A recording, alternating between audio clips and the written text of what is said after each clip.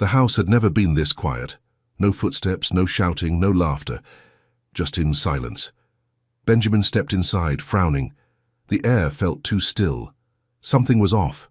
No boys ran to the door. No one was arguing over snacks or screen time. He dropped his bag and called out, "Jimmy? Tommy? Henry?" Nothing. Room by room he searched. The kitchen, empty. The playroom, untouched. His pulse quickened. Where were they? He swung open the last door and froze. There they were. Kneeling, 3 small heads bowed, hands folded in prayer, and beside them, Rosemary. The maid he barely noticed, was leading his sons in prayer. And in that moment, in the softest room of the house, Benjamin Howard, tech billionaire, Fortune 500 CEO, felt something crack open in his chest. For 4 years he hadn't cried, not even when they buried his wife. But standing in that doorway, watching his children speak to a God he hadn't thought about in years, the tears came. Benjamin Howard didn't recognize this version of his home, not because of the decor, but because peace had never lived here, not since the accident. He once had a wife named Emma. Warm, bright, patient. She made the noise feel like music, made the boys feel seen. And then, one rainy Thursday, she was gone. After the funeral, Benjamin did what he knew best. He disappeared into work. Stock prices went up. So did the silence. He told himself the boys were fine, that tutors, guards, and elite nannies were enough, that grief would pass on its own. But it didn't. The triplets, Jimmy, Tommy, and Henry, grew angrier by the year. One broke toys. One stopped speaking. One asked every night why God didn't save Mom. And the nannies? They never lasted. Until one day, a soft-spoken woman from Georgia showed up with a mop, a quiet smile, and no reason to stay. Her name was Rosemary. She was never meant to matter. She was just there to clean. But love doesn't always knock. Sometimes it just shows up and stays. But before we begin, click subscribe, like this video, and tell us where in the world you're watching from. I hope this story reminds you, presence heals more than money ever could. Benjamin hadn't planned to come home early. The San Francisco deal closed ahead of schedule, and for once, he didn't feel like staying the extra night in a hotel. He told the driver to head straight to Manhattan, didn't call ahead, didn't want to. It had been a long week of boardrooms and handshakes, the kind of noise he was used to. But when the elevator doors opened into the penthouse, he stepped into something unfamiliar. Stillness. No cartoons on the TV, no toys scattered across the hallway, no yelling, no crying, no footsteps. Just air, quiet and untouched. He set down his briefcase slowly. "Boys?" he called out. No answer. He checked the kitchen, the balcony, even the laundry room. Nothing. His voice got sharper. "Tommy? Jimmy? Henry?" Still nothing. The silence grew heavier, pulling at something deep inside him, an ache he didn't let himself name. He started down the hallway. One door left. He reached for the handle, half expecting chaos behind it. But when the door creaked open, he didn't move. 3 little boys on their knees, hands clasped, heads bowed, and beside them, Rosemary. Her eyes were closed, her voice soft. It was Tommy who whispered first, "Thank you, God, for helping me not be so angry today." Then Jimmy, "Thank you for Rosemary and for making my stomach not hurt so much anymore." Henry just held her hand, eyes full of something Benjamin hadn't seen in years. Peace. He didn't speak, didn't move, just watched. There was no script for this, no logical explanation, no strategy. Only the sound of children trusting someone who had never promised to stay, but stayed anyway. His chest tightened, his eyes burned. And right there, in the doorway of the nursery, Benjamin Howard cried. Silently, completely. The same man who had signed billion-dollar deals and kept his face cold through funerals was now clutching the frame of a bedroom door, shaking from the inside out. And not one of them saw him. They just kept praying. That night, he didn't sleep. He sat alone in the guest bathroom, the one Emma used to fill with candles and lotions and warmth. He turned on the sink to drown the sound of his breathing. Her voice came back like a whisper. Money builds walls, Ben, but love? Love breaks them down. He hadn't broken down in years. But something inside him knew. That moment wasn't a breakdown. It was a beginning. At 6 a.m., Benjamin walked into the kitchen before the boys woke up. He made a pot of coffee, burned the toast, and when Rosemary stepped in, still half asleep, holding her notebook, she stopped, surprised. He looked up at her, eyes red but clear. "I'll stay for breakfast," he said. His voice almost broke on the word stay. The triplets ran in a few minutes later, loud and barefoot. Then they froze. "Dad?" Tommy blinked. "Why are you home?" He smiled, really smiled, for the first time in a long time. "I missed you." They didn't believe him at first, not really, but they sat down anyway. 3 bowls, 1 burnt toast. A silence that didn't feel heavy this time. And in the quiet, Benjamin realized something. He hadn't been building a life, he'd been escaping one. And the person who brought him back was never on payroll to begin with. 3 years earlier, the penthouse was a museum, not in beauty, but in silence. After Emma's funeral, the warmth left quickly, like someone opened a window and everything soft got pulled out by the wind. Benjamin filled the emptiness with control. He tightened his routines, lengthened his meetings, and muted the memories with motion. If he moved fast enough, maybe the grief couldn't catch him. But grief doesn't need permission. It lingers in the corners, in untouched toys, half-folded laundry, and the hollow sound of children pretending they're fine. The triplets, Jimmy, Tommy, and Henry, were 5 years old when they lost their mother. And in many ways, they lost their father the same day. He became a stranger in a tailored suit, in and out, quiet and cold. A shadow with a wallet. Nannies came. Most left before they unpacked. They couldn't handle the tantrums, or the long stares, or the sudden explosions of tears that made no sense until you realized. The boys weren't angry. They were heartbroken. One nanny left after Jimmy threw a glass at the wall. Another quit the night Tommy climbed onto the balcony ledge just to see if God was up there. Henry stopped talking for weeks after one walked out mid-story. The agency stopped sending their best. Then they stopped sending at all. Benjamin's mother, Eleanor, believed in order, image, discipline. "Structure will fix this," she said more than once, so she made schedules, approved meal plans, hired etiquette coaches, everything but what they needed. Love doesn't follow charts, and grief doesn't respond to something Eleanor understood. And Benjamin, he didn't argue, he just nodded and left for his next meeting. Then one Thursday afternoon, a new maid arrived.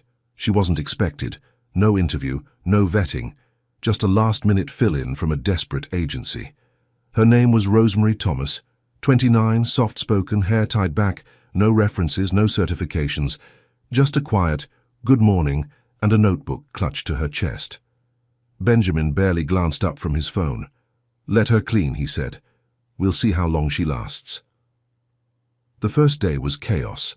Henry spilled juice on her mop. Tommy locked her in the supply closet. Jimmy threw her phone in the trash. She didn't yell, didn't flinch. Just picked up the pieces, cleaned what she could, and sat on the floor until the boys stopped throwing things. That night, they expected her to leave. Everyone always did. Instead, she walked into their room, pulled their beds together, and sat down cross-legged on the edge. "You can scream," she said quietly. "You can push me, ignore me, tell me to go." A pause. "But I'm not leaving." The boys stared, not sure whether to believe her. Not sure if they even wanted to. No one had ever said that before. She told them a story. 3 baby lions who lost their mother but stayed together in the wild and learned to protect each other. By the end, Tommy had crawled closer. Jimmy was pretending not to listen, and Henry, he reached for his brother's hand under the blanket. A small moment, but something had shifted. Eleanor wasn't impressed. "She's too young," she said. "No credentials, no training." Benjamin didn't care. "She's just here to clean," he replied. "She won't last long." But something about the way he said it, as if he was already unsure, hung in the air like dust in a quiet room. Because for the first time in months, something soft had entered the cold. By the end of her first week, most people would have packed their bags. But Rosemary didn't flinch. Not when Jimmy screamed at her for folding his blanket wrong. Not when Tommy slammed the door so hard it cracked the frame. Not even when Henry sat for hours in silence, arms crossed, tears welling, refusing to speak at all. Chaos wasn't new to her. She had seen it before. In houses where love left early, and children were left to fill the quiet with noise. But this was deeper. This wasn't mischief. It was grief, with no one brave enough to sit with it. So she did. When Tommy spilled cereal all over the kitchen floor, she didn't snap. She handed him a towel, knelt beside him, and cleaned it up, together. When Henry threw her notebook in the trash, she fished it out, wiped it off, and left a single post-it note on his pillow that said, "I'm still here." One evening, Jimmy stormed into the hallway, tears streaking down his face. He pointed at her and yelled, "You're leaving like the rest, aren't you?" Rosemary didn't answer right away. She walked over, sat on the floor, and looked up at him calmly. "No," she said. "You can push me. You can test me. You can tell me you hate me." A pause. "But I'm not leaving. I'll stay until you believe me." No one had ever said that to him. Jimmy didn't cry harder. He didn't soften. He just stood there staring until his breathing slowed. Then he walked away, but left the door open behind him. That night, Rosemary did something different. She moved the boys' 3 beds together, side by side, turned the room into one big blanket of quiet comfort. She sat on the edge and told them a simple bedtime story about 3 baby turtles who got lost in a storm and found their way home by staying close to each other. She spoke gently, not like a teacher, not like someone in charge, just someone who cared. Tommy rolled his eyes halfway through but didn't move. Jimmy curled deeper under his blanket, the quiet one, and reached over, found Tommy's hand and held it. No words, just that small, brave motion. The next morning, Rosemary found a rock on her pillow, a tiny grey pebble neatly placed, with a smiley face drawn in red crayon. No note, but she didn't need one. Henry was speaking, just not with words. The days didn't get easier, but they began to shift. Rosemary started noticing things no one else saw. Jimmy didn't like loud noises, so when storms rolled in, she'd hum softly in the hallway until he fell asleep. Tommy loved to draw, so she saved up from her own paycheck and bought him a sketch pad. Henry collected small stones. She gave him little jars, helped him label them. Not big gestures, just enough to make them feel known. She didn't preach, didn't try to fill the silence with noise, but every now and then, before meals, she'd close her eyes and whisper a quiet prayer. The boys noticed. They didn't join, but they watched. And one afternoon, when Jimmy found Henry crying alone, he didn't call for help. He sat beside him, placed a rock in his hand, and whispered, "It's okay. Rosemary says we can talk to God, even when we're mad." Rosemary heard it from the hallway. She didn't say anything, just smiled and wiped her eyes. By the end of the second week, the walls weren't echoing as much. The tantrums softened. The silence didn't feel so heavy, not because things were fixed, but because someone was finally staying long enough to care. Benjamin barely noticed. He was in Tokyo, then LA, then back-to-back meetings in Chicago. He still left before sunrise and came home long after the boys were asleep. The penthouse stayed clean, the schedule stayed tight, but something unspoken had started to bloom, in small prayers, in held hands, in bedtime stories about turtles and storms. And in the quiet spaces where no one was looking, 3 broken hearts were beginning to heal. Rosemary never raised her voice. She didn't bribe, threaten, or negotiate. She just noticed things, quietly, carefully, the way only someone who had lived without attention learns how to give it. She noticed that Jimmy always held his breath during thunderstorms. So when the sky darkened, She'd sit near his door and hum old gospel hymns under her breath, just loud enough for him to hear. Sometimes he'd hum back, but only when he thought she wasn't listening. She noticed Tommy's hands, how they moved constantly when he was upset, tearing napkins, tapping the table, scribbling on scraps of paper. So she bought him a real sketch pad, paid for it with tip money from another job she worked on weekends.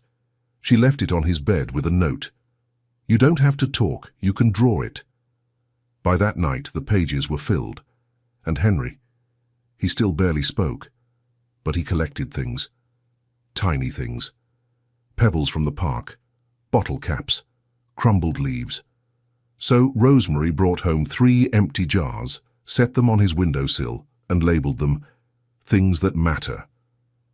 Henry didn't say a word, but the next morning the first jar held a single smooth stone, and the second one, a photo of his mother.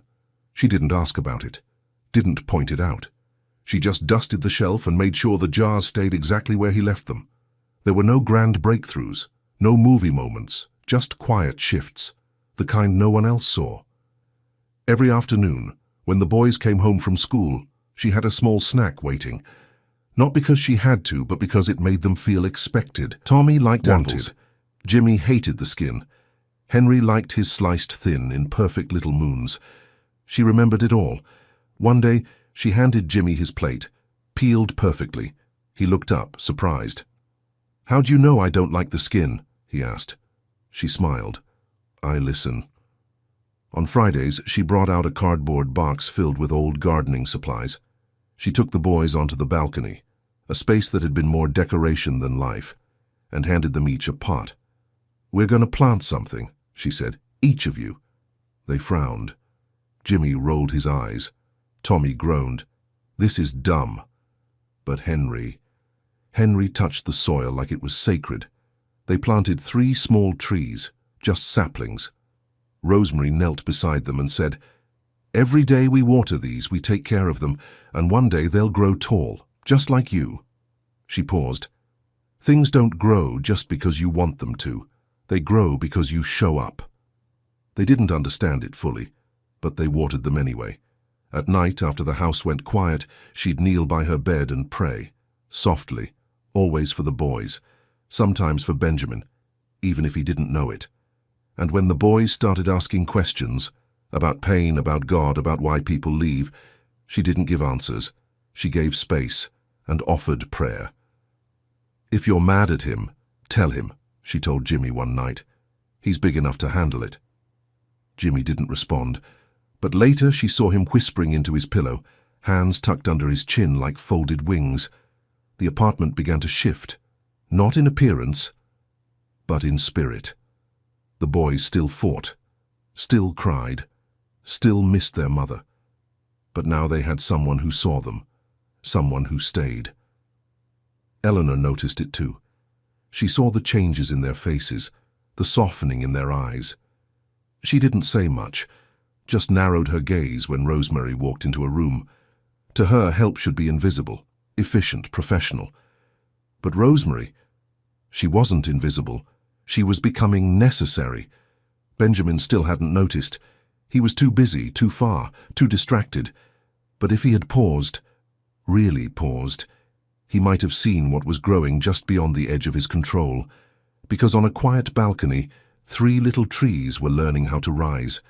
And in a room down the hall, 3 boys were learning what it felt like to be loved without condition. Benjamin didn't mean to stop. He had only walked past the boys' room to grab a file from his office. That was the plan. 10 minutes at home, then back to the airport. But something made him pause. He heard a voice, low, steady, not crying, not fighting, praying. He leaned closer. The door was cracked just an inch. Inside, he saw them, his sons, kneeling, hands folded, eyes closed. Rosemary sat with them, her voice a whisper. "Even when life hurts," she said gently, "God is still near, even if it doesn't feel like it." Tommy spoke next. "Thank you for Rosemary. Please don't let her leave like the others." Benjamin froze. The sentence landed hard, not because of what was said, but because of how deeply it came from such a small voice. Jimmy added, "Thank you for helping me not punch anyone this week." Rosemary chuckled softly, but her eyes stayed closed. And then, quietest of all, Henry whispered, "Thank you for today, it didn't hurt as much." Benjamin took a step back. His hand gripped the wall. He felt like he was intruding on something sacred, and he didn't belong in sacred spaces anymore, not since the funeral. He walked into the guest bathroom and sat on the edge of the tub. His hands trembled, his breath shallow. He hadn't prayed since Emma died, not because he stopped believing, but because he didn't know what to say. And if God had been there that night, why hadn't he done something? He stared at his reflection in the mirror. The man looking back at him was tired. Wealthy, yes, respected, yes, but exhausted and deeply, deeply alone. He thought of Emma, her laugh, her quiet strength, the way she once whispered over the boys' cribs, even when she was too tired to stand. She would have loved Rosemary, would have seen her long before he did. "Money builds walls, Ben," she had said once, "but love breaks them down." Back then, he smiled and kissed her forehead. Now those words felt like a prophecy. That night, he didn't go back to work. He stayed. For the first time in years, he sat at the dinner table with his sons. The boys looked stunned. "Are you lost?" Jimmy asked. Benjamin almost laughed. He picked up a fork, motioned for the mashed potatoes, and said, "No, I'm home." The next morning, he was still there. He helped Tommy tie his shoes, backwards, but it counted. He listened to Jimmy talk about a video game with too many levels.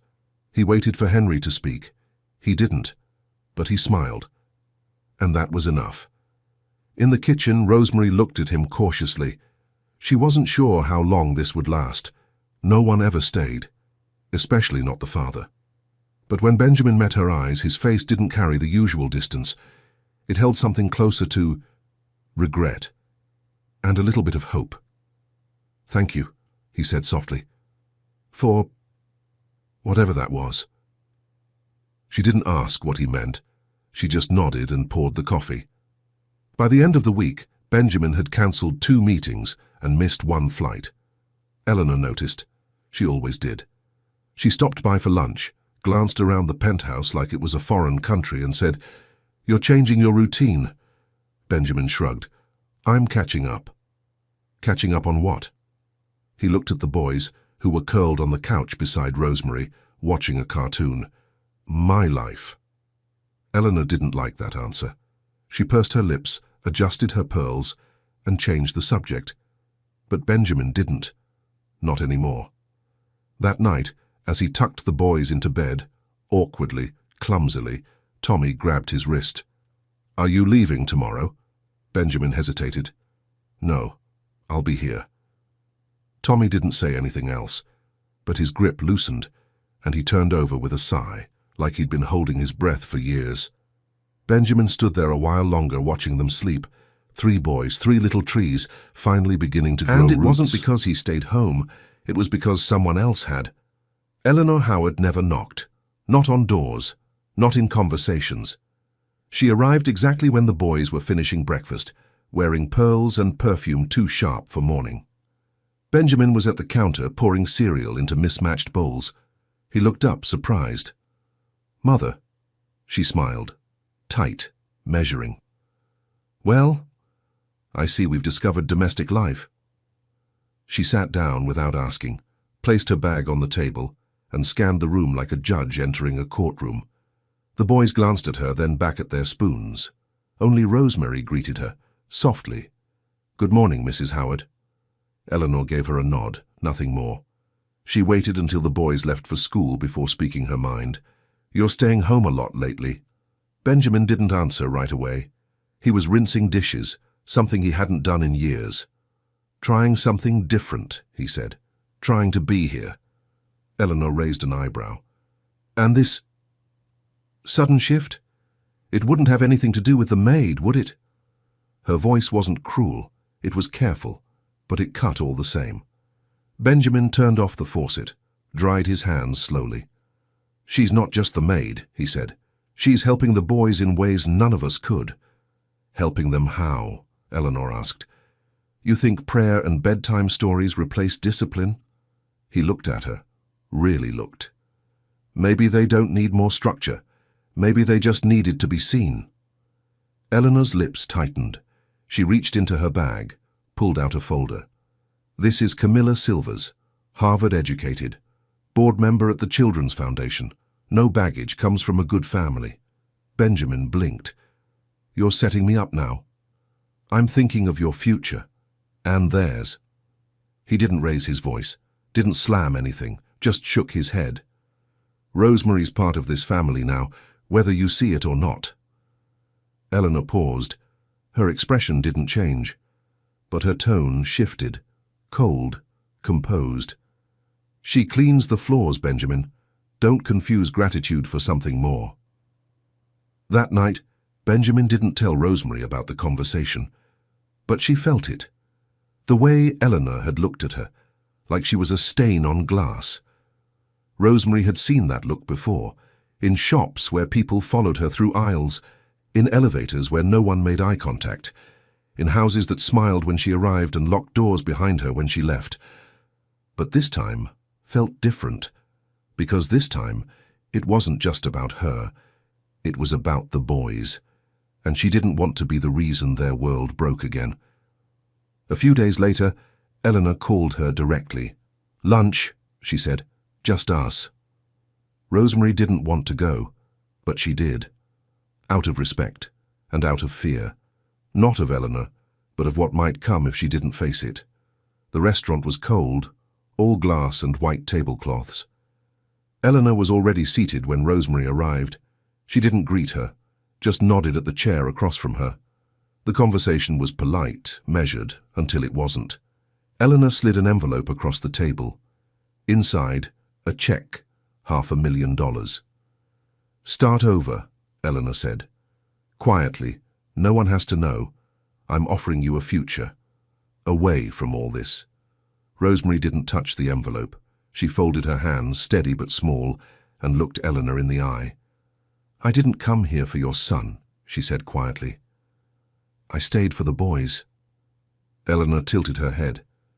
"You're confusing yourself." "No, Mum," Rosemary said. "I think you're confusing love with position. They're not the same." She didn't finish her food, didn't wait for dessert. She stood, left the envelope on the table, and walked out into the afternoon light with her heart cracking in two, because for the first time she realized something was growing inside her. Something she hadn't let herself name. Maybe feelings were forming, and maybe that was a problem. That night, Rosemary packed a small bag. She didn't tell the boys. She didn't write a goodbye. Just 3 short notes left by their pillows, one for each of them. Simple.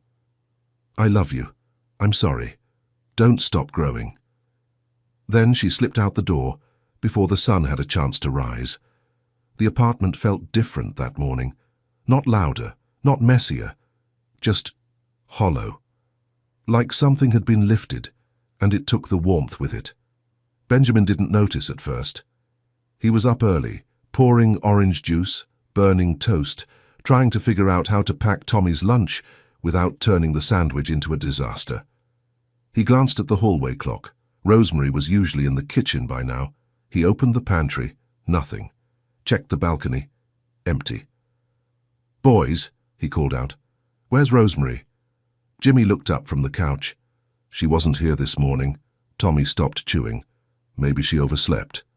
Henry stood in the doorway, holding something in his hand. A note, crinkled, folded once. He didn't say a word, just handed it to his father. Benjamin unfolded it slowly. 3 lines, in Rosemary's handwriting. "I love you. I'm sorry, don't stop growing." His heart sank. He read it again, then again. Jimmy's voice cut through the silence. "She promised." Tommy stood. "She said she'd stay. She said—" His voice cracked, anger building behind his eyes. Henry backed into the corner, his jaw clenched, note still trembling in his fingers. Benjamin stared at them. 3 little boys who had just been abandoned again. Not by choice, not out of malice, but the result was the same. Their safe place was gone. Tommy threw his lunchbox across the room. It hit the wall and cracked open. "No one ever stays. Jimmy kicked the cabinet. Henry sank to the floor, his face pale, silent. Benjamin didn't yell, he didn't rush to clean. He just stood there, the note still in his hand, his throat thick. "She's not just a maid," he whispered. "God, she saved this family." And then he remembered.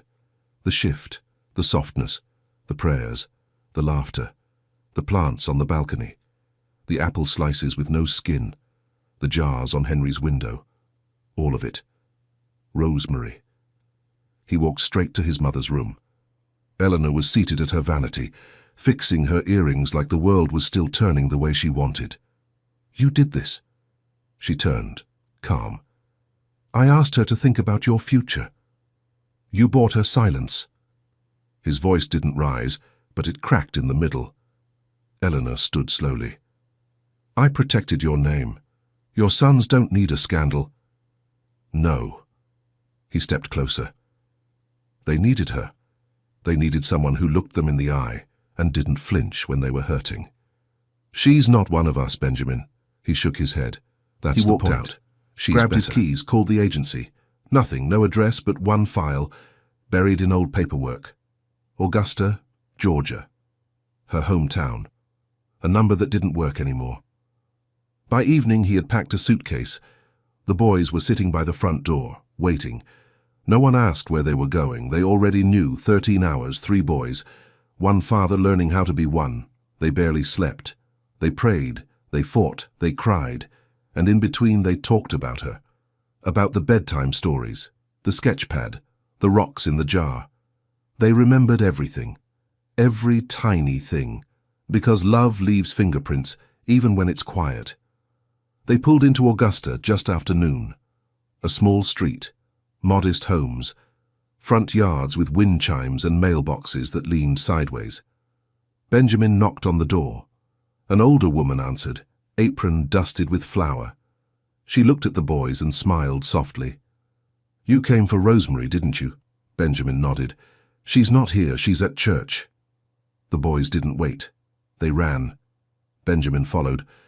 And when they pushed open those tall wooden doors, there she was, at the front, kneeling, hands clasped, head bowed, praying, just like she always did, even when no one saw. "Rosemary." 3 voices, 1 cry. It echoed through the chapel. She turned, and everything in her face broke, shock, then tears, then joy. They ran into her arms all at once, holding, sobbing, safe again, and behind them Benjamin stood still. Then quietly, he stepped forward. "I don't know what this is supposed to be," he said, voice low. "But I know this. We're not whole without you." The morning after she left, the house fell apart. Not the walls, not the furniture, the people. Tommy found the empty room first. He stood in the doorway, bed neatly made, her notebook gone, closet open like she'd never been there at all. He turned around slowly, stared at Jimmy. "She's gone." Jimmy blinked. No, she probably went out. But Henry had already walked in behind them, quiet as always, holding a blanket Rosemary used to fold every night. He didn't say a word. He just sat down on the floor and didn't get back up. By noon, Tommy had kicked a hole in the hallway wall. Jimmy locked himself in the bathroom. Henry refused to eat. The house had never been louder and never felt emptier. Benjamin tried to stay calm, tried to distract them, offered toys, pizza, anything. But the boys weren't acting out. They were grieving. And this time, they knew exactly what they had lost. Someone who stayed. Someone who saw them. Someone who didn't treat love like a job. Tommy screamed at him during lunch. Benjamin's face drained just like Mom. The room spun a little. And when Jimmy threw his untouched plate against the wall, Benjamin didn't yell. He just walked to the sink, gripped the counter, and whispered, "She promised them she'd stay." Later that evening, he stood in Rosemary's empty room. There was nothing left, except the scent of her lotion on the curtains, and a crayon drawing folded between the dresser and the wall. Henry's, probably. 3 small trees in a row, roots, sunlight, and a woman standing in the middle, arms wide. Benjamin sat on the edge of the bed and wept. That night, He knocked on his mother's door. Eleanor opened it, already dressed for dinner, pearls on, earrings in place. "We need to talk," he said. She sighed. "I don't want to argue, Benjamin." He didn't let her finish. "You did this." She held her chin high. "I made the right call. You don't mix family with help." "She wasn't help," he snapped. "She was healing." Eleanor folded her arms. "They'll move on. Children forget." Benjamin stared at her, something bitter rising in his throat. "No, they don't. They carry it, like bricks in a backpack, even when they're grown." The silence between them was cold, sharp, final. Then he turned and walked away. He had no plan, just a single sentence circling in his mind. "We're going to find her." He packed light, threw shirts into a duffel, grabbed the drawing, didn't call anyone. Just stood in the boys' doorway and said, "Get dressed, we're driving to Georgia." The trip was long, 13 hours. They didn't talk much, not at first. Tommy stared out the window, arms crossed. Jimmy kept his headphones on but didn't play anything. Henry sat in the back clutching a small rock in his fist. Somewhere around North Carolina, Benjamin pulled off the road. The boys were half asleep. He got out, walked into the gas station bathroom and stared at his reflection. The man looking back at him wasn't polished, wasn't composed. But for the first time in years, he was honest. He stepped back into the car, started the engine, and whispered, "We're bringing her home." When they reached Augusta, the sun had started to set, casting long gold shadows on the porch steps. A woman opened the door, older, soft-eyed, apron dusted with flour. "Miss Thomas?" Benjamin asked. She smiled gently. "You must be the Howards." The boys stepped forward, hopeful, silent. "She's not here," the woman said. "She's at church. She always goes when her heart's hurting." Benjamin didn't hesitate. He didn't need directions. He just turned the car around, his hands steady for the first time all week. When they arrived, the church was nearly empty. Sunlight filtered through stained glass windows, coloring the pews in soft blues and reds. They walked in slowly. No one spoke. No one. At the front, kneeling alone, was Rosemary, head bowed, hands clasped, unaware, until she heard it. A whisper, a sob, a voice calling her name. "Rosemary!" She turned, and the boys ran. All three, arms wide, hearts full, tears falling. She caught them, held them, buried her face in their shoulders. They didn't ask questions, they didn't demand answers. They just held on, because home had found them. Rosemary hadn't moved. The boys wrapped around her, clinging like their world depended on it. Because maybe in some way it did. Her arms held them back just as tightly. Eyes shut, tears silent. No one said, "I missed you." They didn't have to. This moment was the sentence. Benjamin stood a few feet away, hands in his pockets, watching the only scene that had ever made him feel like a father. His voice came quiet, almost careful. "I don't know what this is supposed to be," he said, "but I know we're not whole without you." She looked up, not with surprise, but with something closer to heartbreak, because she'd prayed for this, and feared it just the same. "I wasn't trying to make things complicated," she whispered. "I just didn't want to be in the way." Benjamin stepped closer. "You were never in the way. You were the way back." Behind him, the church doors creaked open. Eleanor, still in pearls, still composed, but different. The moment she saw Rosemary, her breath caught, and something in her softened. She walked slowly, heels clicking on stone, until she stood face to face with the woman she once paid to disappear. "I was wrong," she said. No theatrics, no pride, just the truth. Her voice broke. "I thought I was protecting my family, but all I did was take away the one person who loved them without asking for anything back." She reached into her bag, but this time it wasn't a check, just a folded photo. The triplets, on the balcony, their hands in soil, beside the saplings. "They've grown," she said quietly, "because of you." Rosemary looked between them, Eleanor, Benjamin, The boys. This wasn't just an apology. It was a door opening. She didn't walk through it right away. She stayed kneeling.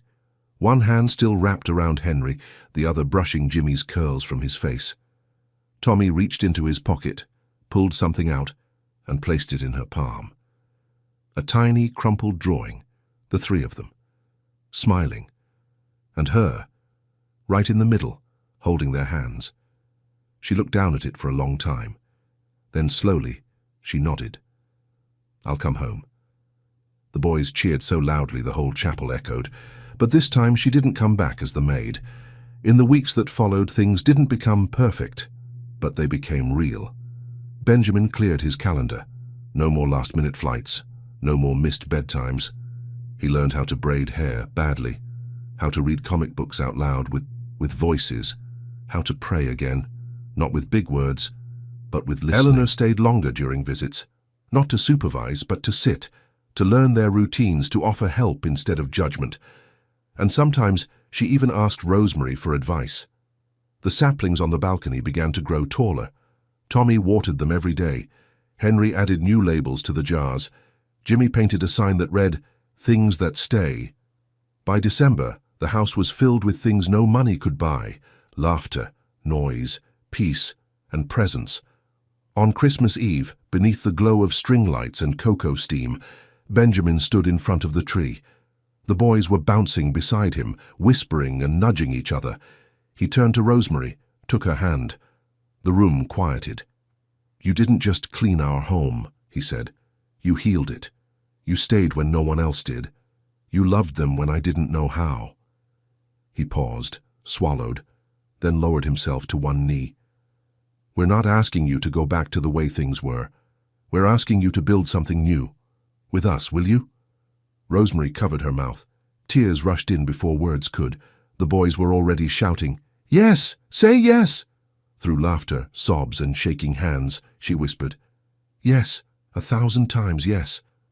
And in that room, with 3 boys pressed against her side, and the man who finally saw her kneeling at her feet, Rosemary realized something. She hadn't just changed their story. They had changed hers too. Not by wealth, not by status, but by staying, by loving, by choosing each other, again and again and again. This isn't the end. It's the beginning of a family built not on perfection, but presence.